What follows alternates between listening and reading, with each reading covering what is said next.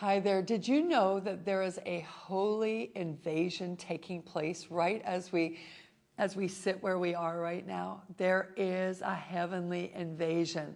Heaven is invading earth. Why? Because for 2,000 years, the church has been praying, let your kingdom come and your will be done on earth as it is in heaven. I tell you, I love that kind of invasion. I say, more Lord, more Lord. How many of you love the supernatural? As you're sitting there watching this clip right now, do you love the supernatural? Do you love a heavenly invasion where you see the power of God and the glory of God come into the earth?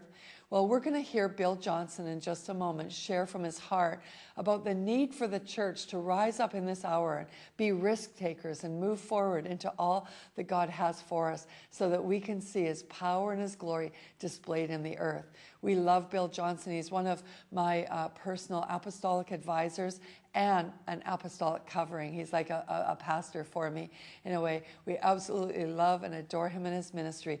Be blessed by what he has to exhort you with today. Heaven is invading earth, and it's happening through all different kinds of unusual manifestations.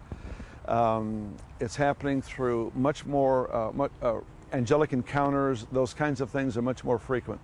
And I know people get nervous when you start talking about angels in this. It's foolish to worship angels, but it's equally foolish to ignore them. God sent them to assist us in our assignment. We've been commissioned because we embrace his mission.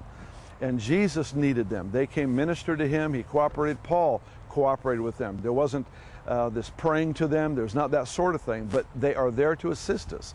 And quite frankly, I think they've been bored for quite a few decades in this country, and they've been looking for a generation that will live with some risk, because that gives them something to back up. Because our whole deal is to enforce the word of the Lord.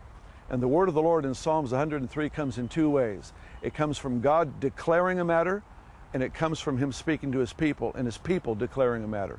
And they can tell when a word has originated in the heart of the Father, because it carries that fragrance of the throne room with it, and they recognize, this is my assignment.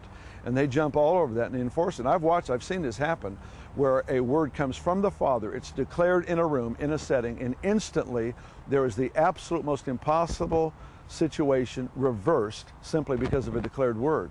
And I know there's angelic assistance in enforcing that. So it's just increasing. It's all kinds of manifestations. It's the angelic realm. It's just the supernatural breaking into this one, the gold and the oil and the wind. And we've been having gusts of wind that just come out of nowhere. And you know, it's all good. It's all signs that make you wonder. And it's just good to be in awe again. It's not healthy to not be in awe. It's not healthy to live accustomed to what's going on around you. It's really important that we live with that sense of awe and that appreciation for God's unusual ways of working with us.